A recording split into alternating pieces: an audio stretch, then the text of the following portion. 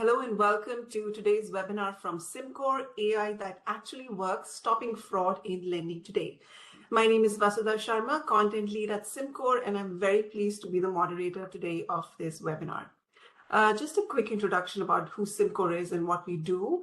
Symcor works alongside financial institutions across Canada, solving some of their most complex challenges in fraud detection, customer communications, and payments, and really supporting their mission-critical financial and data services.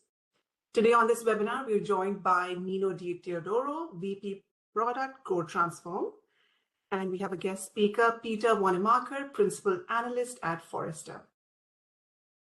So here's how we're going to spend the next hour. Let's take a look at the agenda. Peter will walk us through the current state of lending fraud in the country and some of the big pain points that lenders face today. Nino will explain why traditional defenses when it comes to document verification are failing and how Symcor's layered AI-driven approach really stands out. He'll also take us through how that approach really works behind the scenes. And we'll also keep some 10 minutes to go through a live Q&A with our audience today. So at any point during this webinar, feel free to type in your questions in the chat box at the bottom right corner of this platform. With that, let's get started. Peter, over to you to share your research and insights. Thank you very much. So yeah, I'm really excited to be here. Thank you to you, thank you to Symcor, and thank you to all of you joining us today. So I want to give you a brief, 7 to 10 minute sort of overview of what we're seeing in our research in terms of how FIs, banks, lenders, etc., are thinking about fraud. What's top of mind for them? What are the biggest pain points? And then bring in what we're seeing in terms of the role of AI as both a threat and an opportunity, as I'll get into in just a moment. So if you go forward one slide. So as a strategic concern for FIs, for financial institutions, banks, lenders, etc., fraud predates AI, it predates digital, of course, and fraud initiatives continue outside of digital and AI enabled concerns or AI related areas of business. But the most prominent areas are absolutely cybersecurity and increasingly AI's role in potential cybersecurity and digital security threats. To put a fine point on this, when we surveyed security leaders at FIs to select their org's single most important intelligence type, cyber threat capabilities landed at #1 by a mile. And when I say by a mile, I'll quantify that. The next closest, so it was #1. The next closest was more than 10 percentage points behind that. So there's a certain prominence to cybersecurity threats, even before we get into the amplification and even some newly enabled threats that come from AI. At a high level, when we look at our research, when we look at the inquiries from banks and FIs in Canada and outside of Canada, traditional, and I'm putting that in quotes because I don't mean offline, I don't mean zero digital element, I mean, fraud that predates or existed before AI enabled or quantum enabled capabilities is the top priority. But the fastest rising, our top emerging threats, really #1 is AI. Quantum computing comes up, but at very different time horizon. AI is a threat, a now threat in our taxonomy is now, near, medium, long, and then quantum is in, depending on which part of quantum you're looking at, either medium or long term. They're garnering major attention. They need to be paying attention to that. Maybe one way to put this is the threat of AI will continue as a top concern and pain point for FIs for the foreseeable future. So if you go forward one more slide, to give you a sense of the range, banks, lenders, FIs, it's a wide range of fraud threats and pain points that they face. I'll note quickly, this is not an exhaustive list. And these are not all mutually exclusive, of course. And this is a little bit messier, right? I shared data in just a moment. That's directly from security leaders and executives at banks and lenders. There's a little bit more messy in what I'm showing you here. But I think the sort of key takeaway is that there's a wide array of threats, all of which can be affected by, and increasingly are affected by, AI as an enablement tool by malicious actors, the threatening actors outside of the bank or lender, and often as an amplifier of scale for fraud, for potential identity threats, or identity fraud threats, etc. You're exactly right. I was going to say it's the AI is the enabler to give the fraudsters scale here. So these used to be one-off attacks here and there, but when you've got a bot on your side that can do this all day long while you take a nap, it just increases the scale all day long. So that's exactly right. Yeah, and that's what we don't survey the malicious actors, but that's your next study. Yeah, exactly. I would love to do that. I don't know. But yes, the evidence is clear that that's the case. And to put a fine point on this, if you go forward one way to think about this is that the most prominent threats, or maybe the most fast rising threats, fall into the category of unknown variables. And in some cases, that's evergreen, right? Unknown, and especially unknown unknowns, have always been what does and should keep some bank execs up at night. In this case, they're known unknowns, but the nature of them, the shape they'll take, the threat, where the vulnerabilities are, is really hard to detect. But, and that brings me, if you go to the next slide, that gets into what our research also shows, which is that AI is not just a threat. It is a serious threat, and it's one that you should be taking seriously, but it is also an opportunity. And I don't think, there's an element of arms race here, which there always is when it comes to security, fraud, and technology. But it's not just that. It's also the way in which you apply AI capabilities. So I curated a list of 5 here. Not all of these we've worked directly on, and my role is I'm doing the research on digital strategy and business strategy, where this is a very real component of that. I'm never the one standing in there building their fraud capabilities with them. But all these are real examples, and in every case, in some cases, I've been able to cite specific impact, right? Reduction of a specific brand of credit card or type of credit card fraud by more than 55%. In all of these, we've seen directly from the lender or the bank real impact. And so I'll go through them very quickly, and then Nino, I don't know if you have sort of additional, I'm sure you have lots of examples, but commentary on these. But we've seen it used for real-time fraud detection, looking at transaction histories, and the real-time nature of this is essential to that. We've seen them, a lot of these. So 3 of these 5 there's some wordplay, or not wordplay, but what I would call larger scale pilots, applied to real customers. That's every one of these. But often they're not utilized across all product categories or all business lines at the bank yet. There are some cases where that's true. These examples all come from relatively narrower test cases. But one lender looked at one product category and was able to look at real-time pattern identification and then improve verification on the front end, that is. A U.S. bank used AI modeling to reduce credit card fraud. An Asia-Pac firm that we work with used AI-driven transaction surveillance and saw a 90% reduction in false positives. I think a lot of that's just for this is low-hanging fruit, not false. I believe this, but and then increase in detection accuracy. And Nino, sorry, were you going to jump in? Yeah, no, I was just going to say, and just as a matter of scale, when you say reduces fraud by 55% and 90% reduction, et cetera, you have to understand the scale of some of these institutions. We're talking millions and millions of transactions, and you can imagine how many dollars of value pass through credit cards, right? So when you're talking about reducing fraud by 55%, that translates into millions and potentially billions of dollars.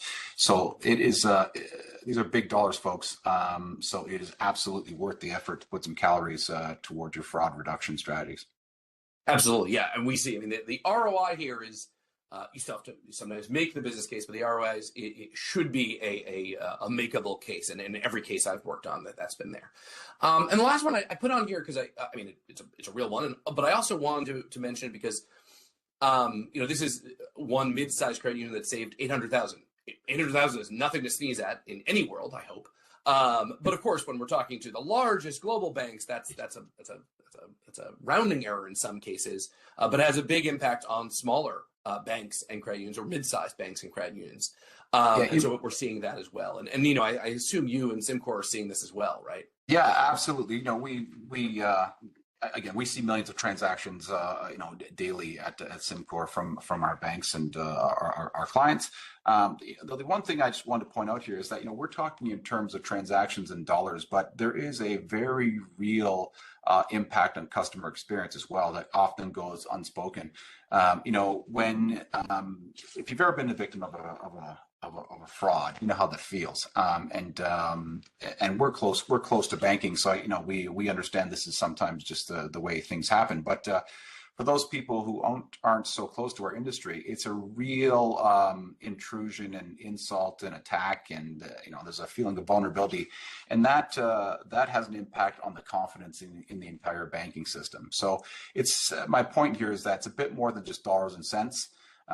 You want your clients feeling secure, protected, and that that your financial institution is a steward for their money, not just a place where they go to the ATM. So there's a customer impact side to all this stuff, but we only have an hour here, so we won't get into that yet.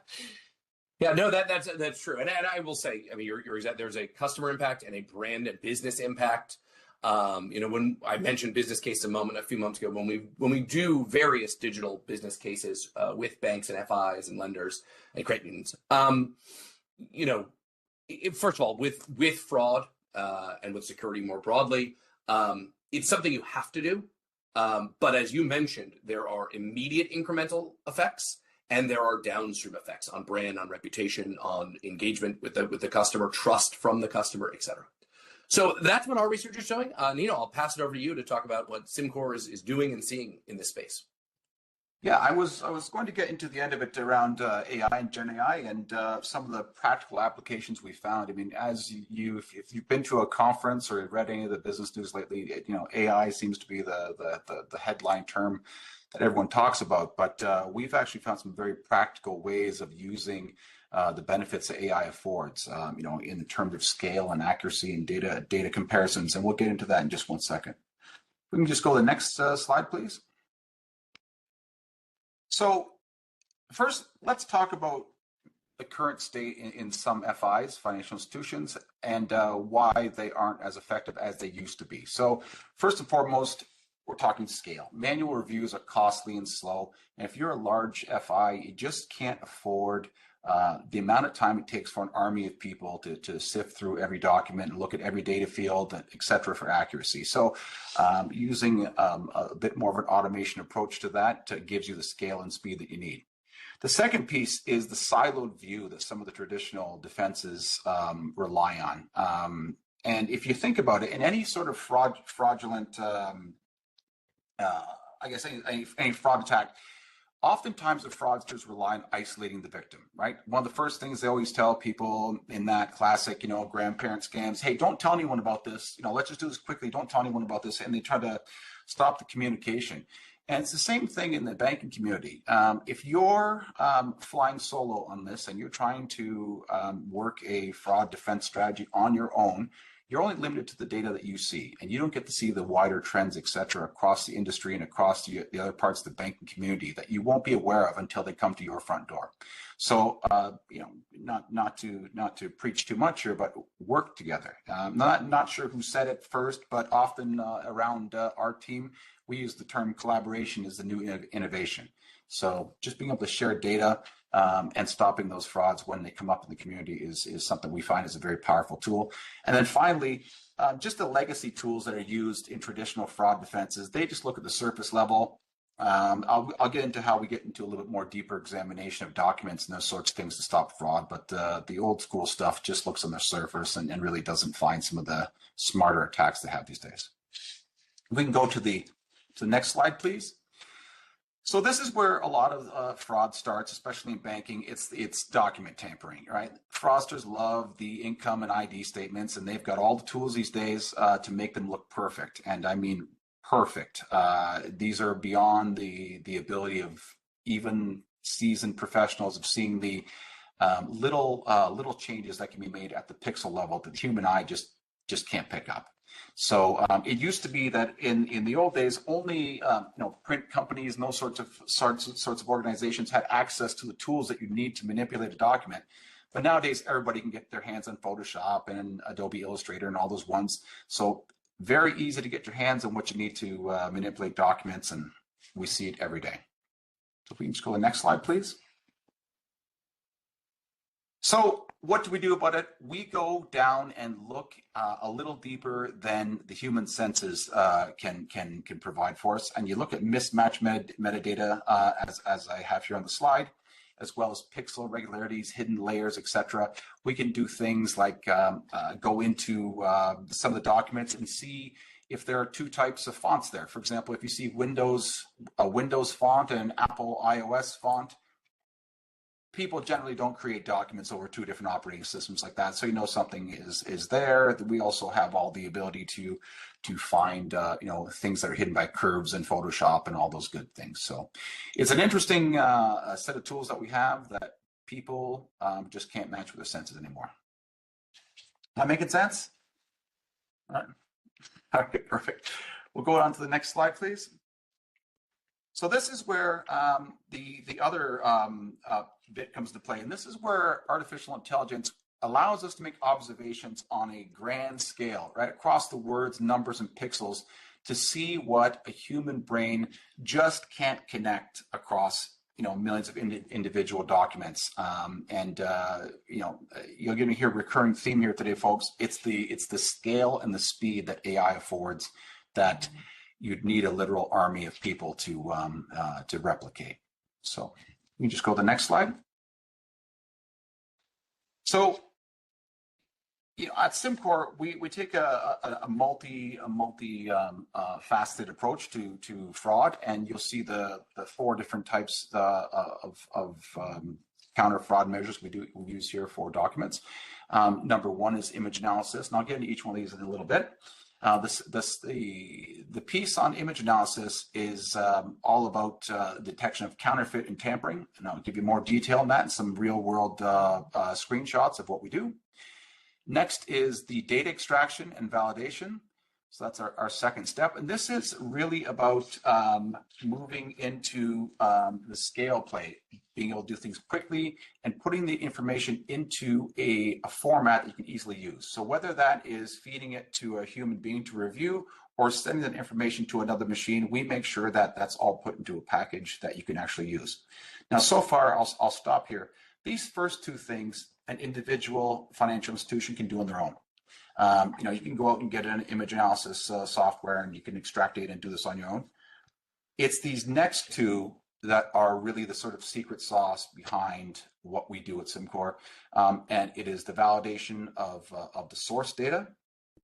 So for those of you who aren't aware, Symcor is a pretty broad company. We do all sorts of things from fraud detection to payments processing to statement printing.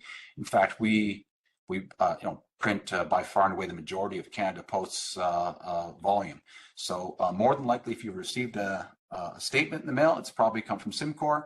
And with that, it gives a very, very strong library of true documents to compare against, right? So more than likely, that statement that you received, we were the ones that printed the original, so we know what it's supposed to look like.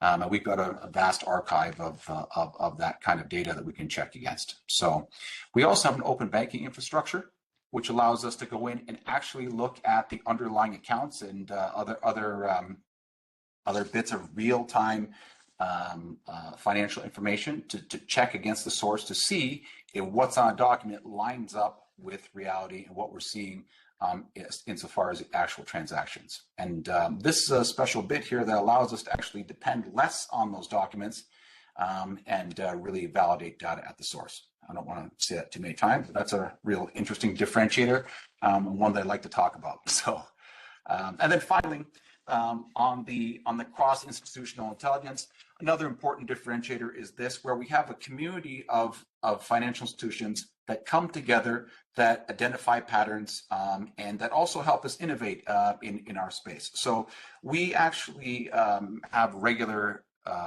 touch points with our clients to make sure that they have an opportunity to tell us what they're seeing, what they'd like to see in future iterations of our solutions, and how our roadmap should look. So we bring everyone together to kind of have a group think on what's next. And if you're one of our clients, thank you very much for that. If you're not one of our clients yet, or if you haven't participated in one of these customer or client feedback sessions, we'd love to have you there. Come talk to me. Find me on LinkedIn, I believe, or if we display my contact information at the end of this, let me know. We'd love to hear from you on what you'd like to see, and we'll build that into the community-based tool that we have.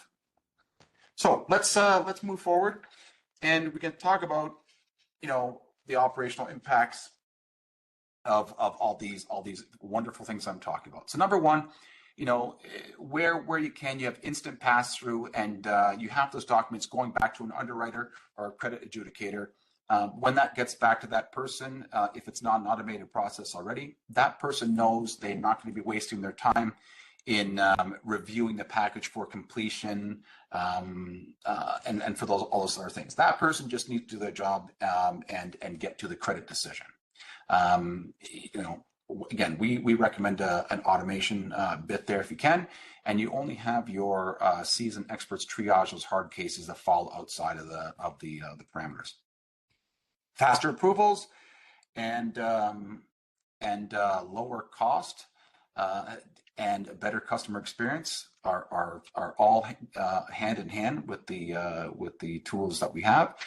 Everybody wins, and it is really a competitive differentiator. If you can get through your adjudication more confidently, quicker, at a lower pace, lower cost, sorry, that results theoretically in lower costs for your clients too. So it's a real differentiator. And yeah, Nino, we just add in a little bit here. So we see this in our conversation with clients around the world, including in Canada. All of these are true, obviously, but especially in those last two, in terms of the impact of this, when we do work with banks and lenders that feel have confidence that they are effectively using AI or just better technology for fraud detection and management, their fraud efforts should be almost completely invisible to the end user, to their real customers. Right. But the impact of it has a real in the speed. I mean, that's very clear. And then from a regulatory, we're not a regulatory research shop. We don't pretend to know exact, but there's evidence in terms of confidence on the part of the FI and on the part of the regulator increases. And so we see that, at least we hear that, I should say more accurately, from our own clients. Yeah, I didn't get to the regulator piece, but getting into I didn't always work at Symcor, and I had prior to coming to good old Symcor, I had some experience in another financial services space, where there was an institution that had lost the confidence of the regulators, the provincial regulators. And if you want to see how difficult it is to run a business, be under the close scrutiny of the regulators in your jurisdiction, and it just becomes tough. I mean, we've seen all sorts of examples of that. I'm just saying it's a good thing to have your regulators confident in your controls, confidence in your ability to process, and confident in your credit risk policies. I'll leave it at that.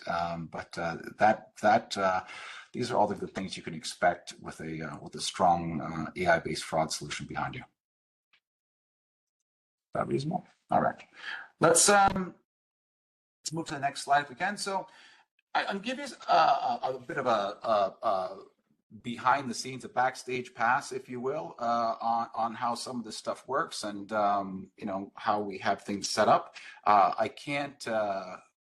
Not to be cagey, but I can't get into all the details. I don't know who might be watching this webinar and what notes they might be taking on how to circumvent what we have here. So I'm going to keep it at a little bit of a high level, but you will see how the solution works and how it makes life easier.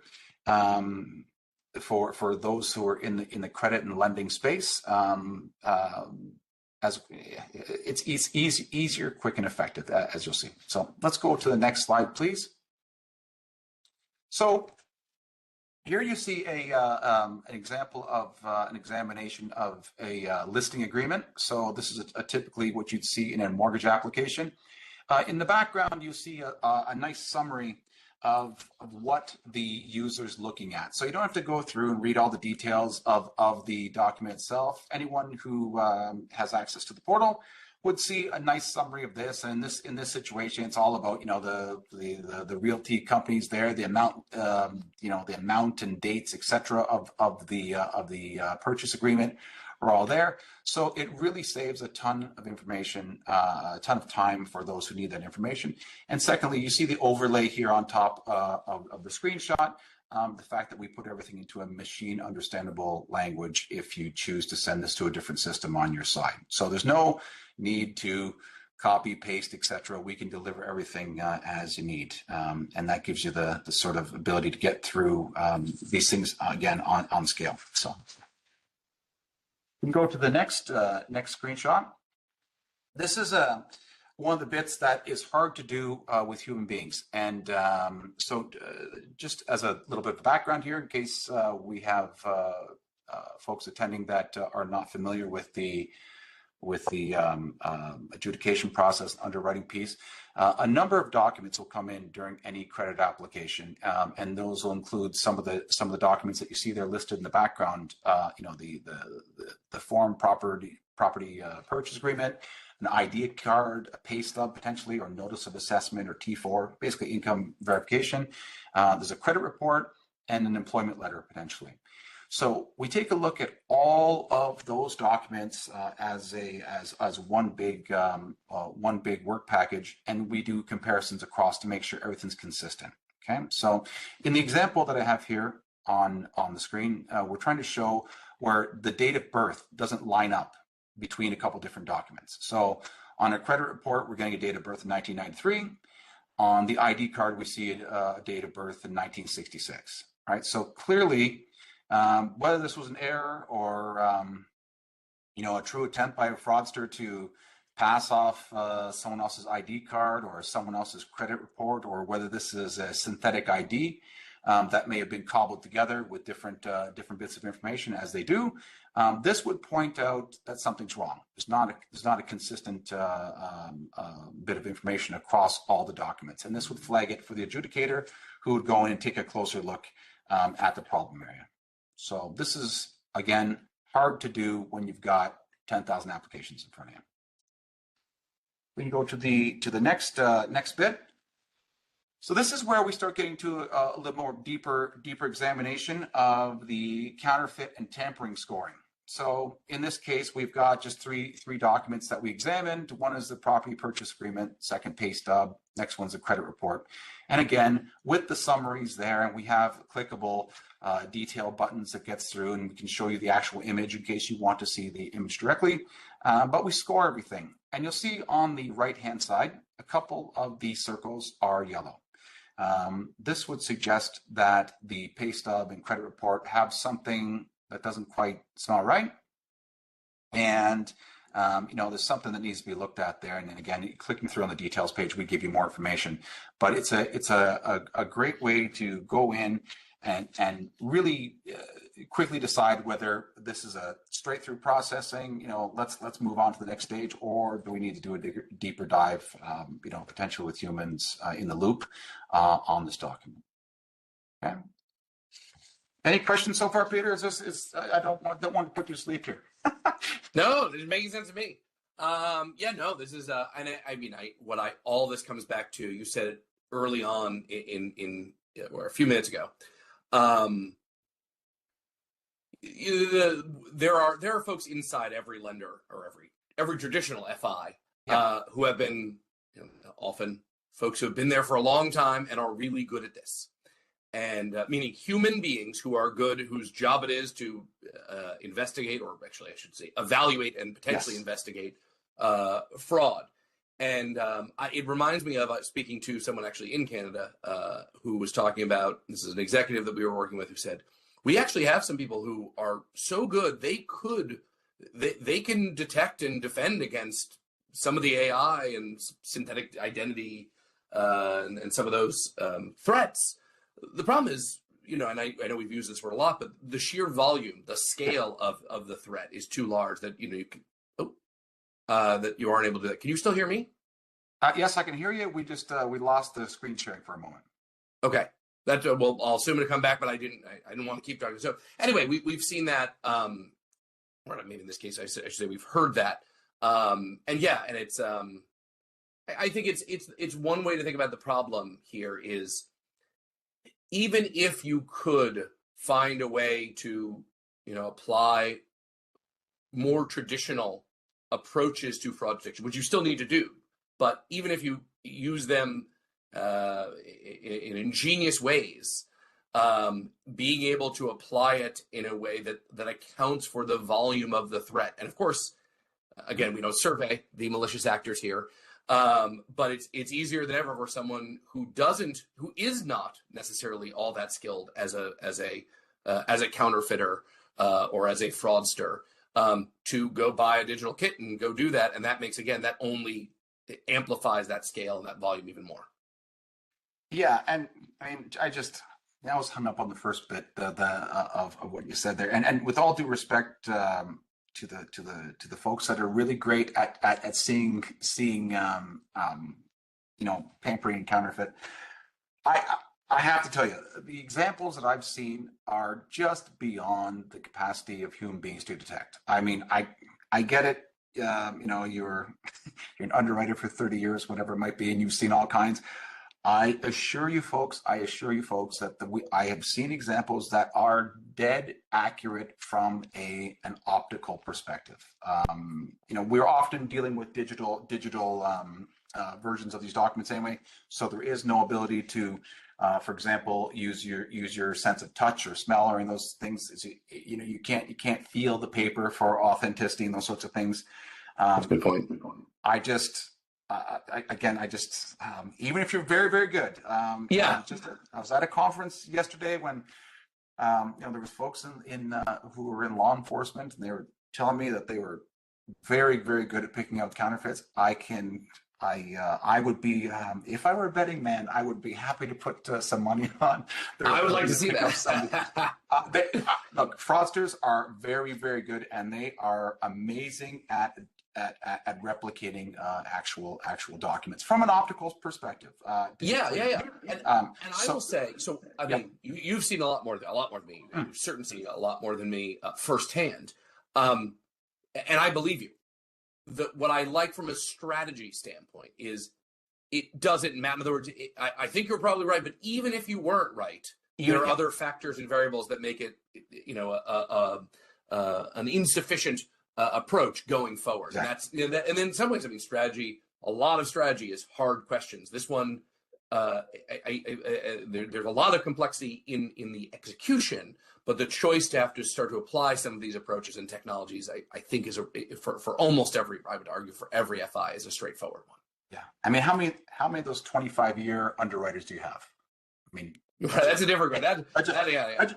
Let's just say you're lucky enough to have a ton of them. You've got 20 of them. You've got 25. You've got 50 of them. You've got 100 of them. Even still, 100 people are not enough to thoroughly check the volume of credit applications that large FIs get these days, and so you just can't get it all done. And some of the documents get by, right? The documents get by, and it opens the door for the fraud fairy to visit. If you, I was going to say, there's an interesting parallel to legacy systems and COBOL, and banks have only so many COBOL programmers left, and some are coming out of retirement. But the big difference, of course, is COBOL isn't trying to defraud you as a system. I mean, some people might, but like the stakes are high for both. But the nature of the enemy or the risk is very different. So well, we can stop this. We can keep going. But I agree. They're good. They're very good, and they know that FIs can't generally check all of the documents, and so they flood the system and they get through to just, it's effectively a brute force, volume-based attack. They get enough bad applications through.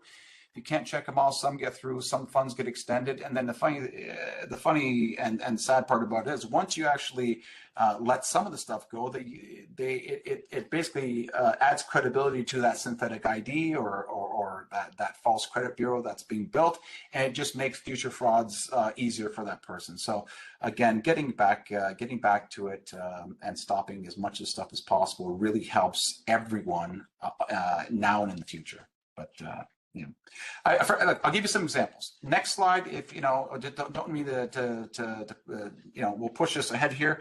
But if you take a look at the little blow up here on the image analysis, some of the examples you see, an image over a background, very, very difficult to detect with the human eye. And if you can't touch the paper, you can't touch the document, very hard to see from the adjudication office, from the underwriter's office.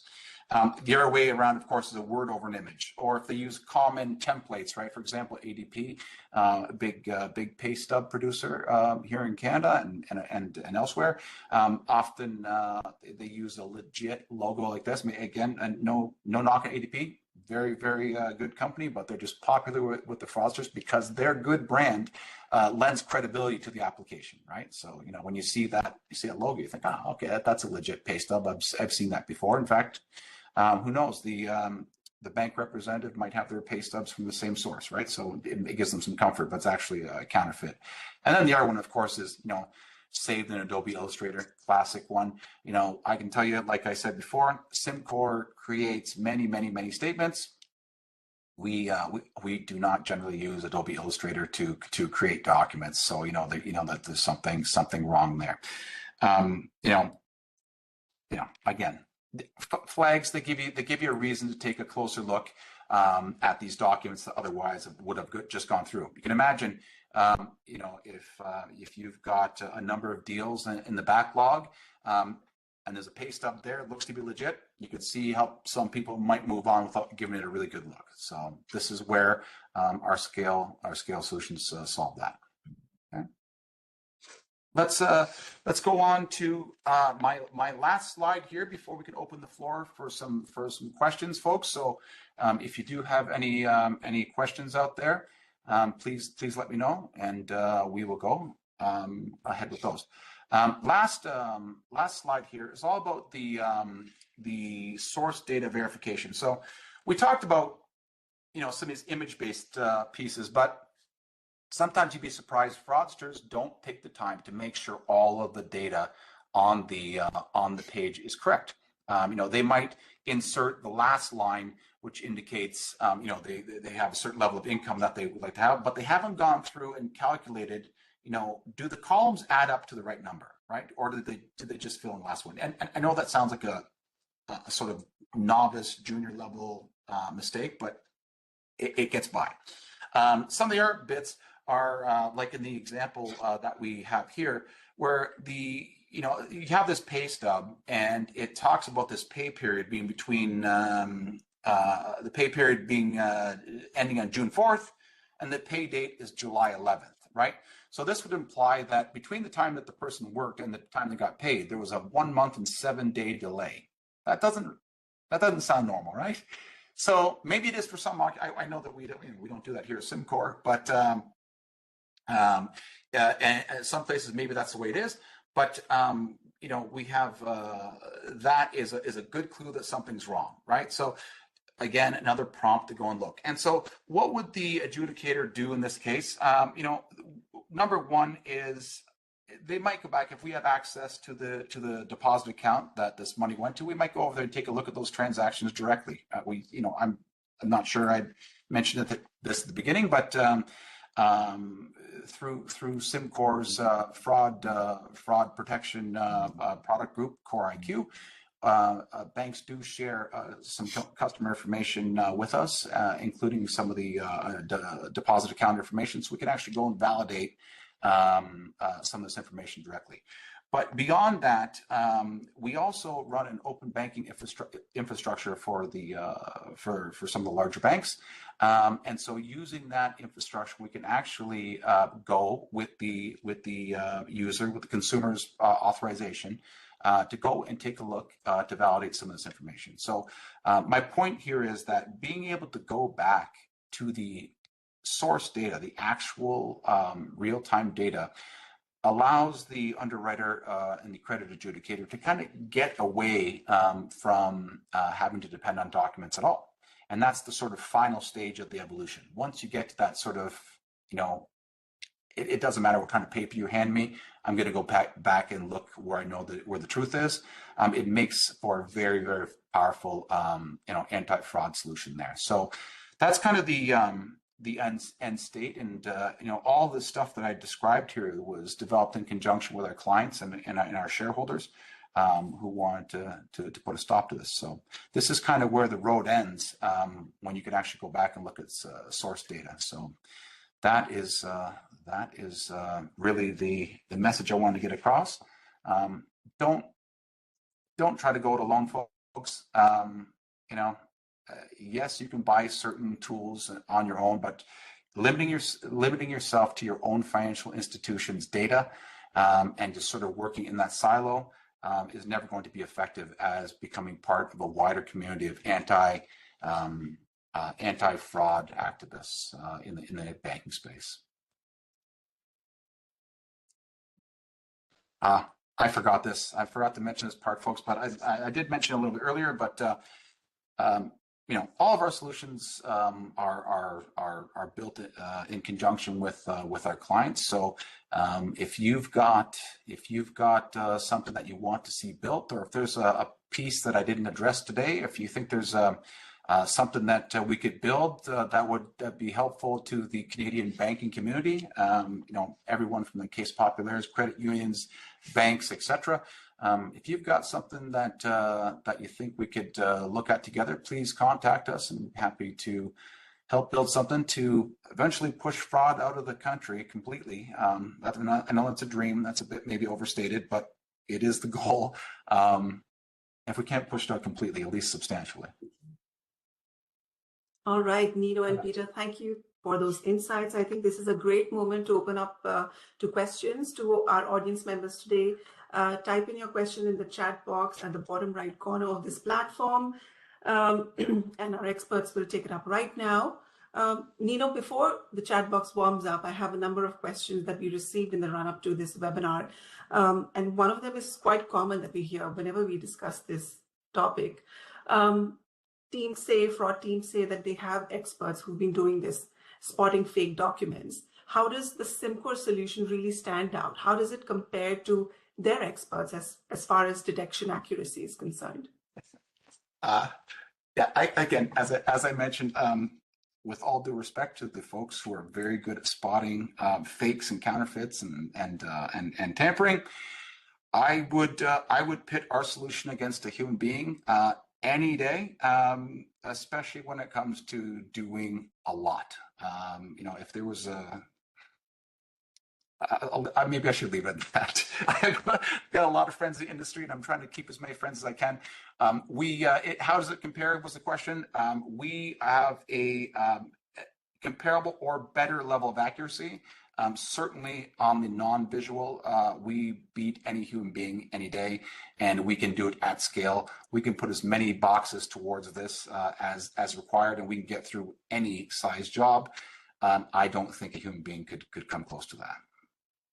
Peter, do you want to join me in this so we can tick off a bunch of people? I mean, I can't. I can only do so much, and I don't mean that in a sort of a coy way. I mean that in the sense that I've been a research guy for now well over a decade, heading towards 2 decades, and so I don't have enough. I will say that is a 100%. I'd love to see it, and I love it, and I wouldn't bet against you. Maybe I'll say it that way to be careful about it. But yeah, no, I mean, I think that's, and as I was trying to argue earlier, and I'll give myself a chance right now to either clarify or maybe risk being a dead horse here, but I don't want to say it does. I mean, there's going to be an interim period, and that might last. I think that will last multiple years, where there's going to be complementary approaches to fraud detection and fraud defenses more broadly. But even if really, regardless of those other approaches, there for volume reasons, and as you pointed out, and this is something I don't pretend to be an expert on, it's not my research, but some of those factors like metadata, some of the underlying non-visual elements here, clues to potential fraud. It's just, I think that's where we're heading directionally. I think that's fair to say. Yeah. And and to our clients, I would encourage you, if you'd like to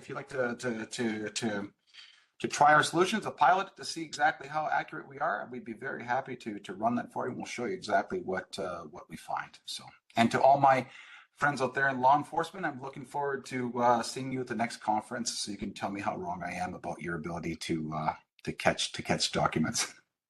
It would be fun in a safe environment, which maybe you guys do.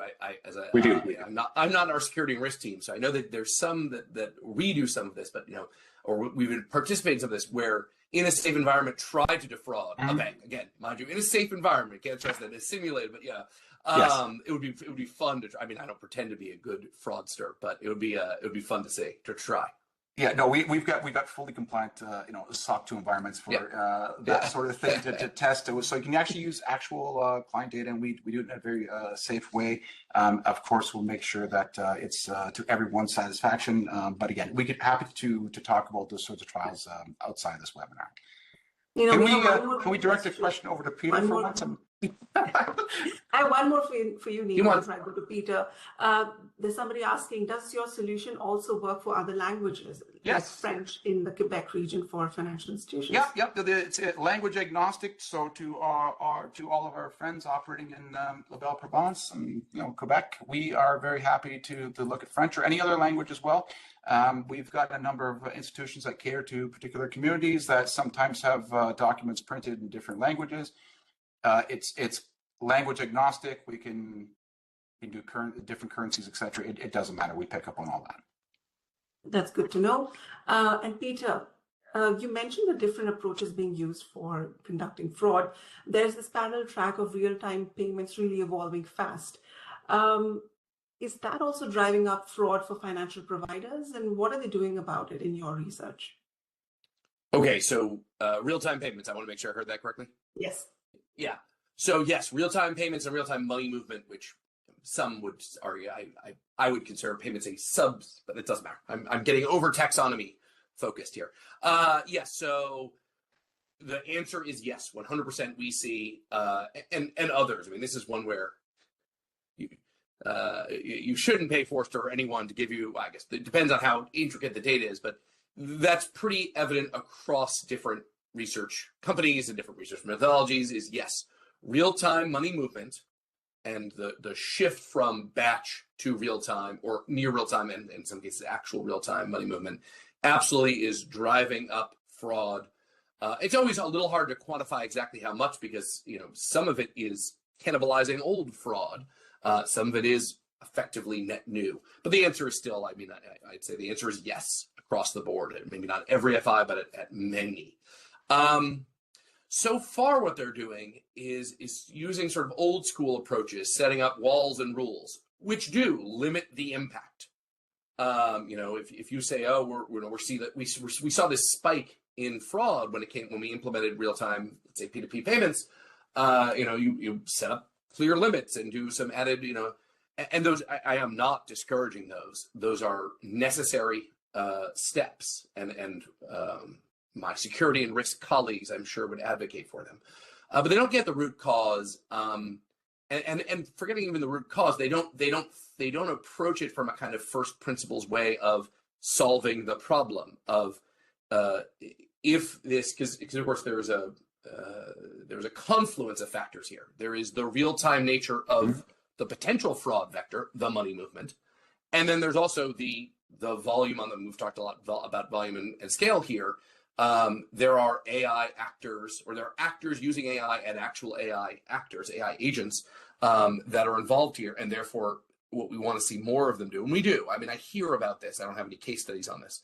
Is bringing in those kinds of systems, and to Nino's point, and I don't pretend to know exactly what this looks like, but broadening what they're tapping into, the data sources they're tapping into, in order to, in real time or even predictively, get out ahead of those risks, or at least mitigate, reduce those risks, is what we're starting to see. So it's a very, I mean, I don't think it's going away. I don't think it'll be, I mean, real time is barely even here yet, for the most part. So we'll still see it, but I think there will be some better approaches, additional approaches. I know I wanted a question directed to you, but now I want to jump in. I'm sorry. The other thing I did want to add there, Peter, I mean, if you take a look at what happened in the UK, there was such a quick reaction by fraudsters to jump on the real-time payments, I guess, opportunity from their perspective. They actually, sort of stepped back a bit from that actual real-time offer now, and so the payments in the UK, are sometimes intentionally delayed. So they have a pseudo real-time bit. They actually reintroduce the delay in order to stop some of the fraud. So, I mean, the other observation to make here, guys, is that, all these things are connected. Fraud usually results in the end some sort of payment, money movement, so the fraudster can get money out to where they wanted, where they can use it to spend, right? So there's and on the front end of the transaction, the fraudulent sort of process life cycle, the trigger for a lot of it are documents. So you get a false document to create the credit application, the false ID, the whatever. You get a success to there, and that leads to the last stage, which is the payment, the money movement part, which gets the money out to where the fraudster needs it. So all three are very much connected, and I'd caution FIs if they're spending all their time focusing their efforts on one end or the other, you consider a balanced approach and stopping the problem at the onset, as well as stopping money from getting out once they get past your firewalls. Excellent. That's a nice moment to conclude this discussion. Nino and Peter, thank you for sharing your insights today. AI is not just a tool that's fraudsters are leveraging at their hands. It's also a great way for financial institutions to actually stop some of those escalating fraud tactics, especially in the lending space. Thank you for today's session. We hope our audience took away some practical insights and some great research from our speakers today. Thank you for joining, and we'll share some resources on a replay of this webinar. And you can reach out to our team if you want a deeper demo of our solution. Thanks so much for joining. Goodbye. Perfect. Thank you.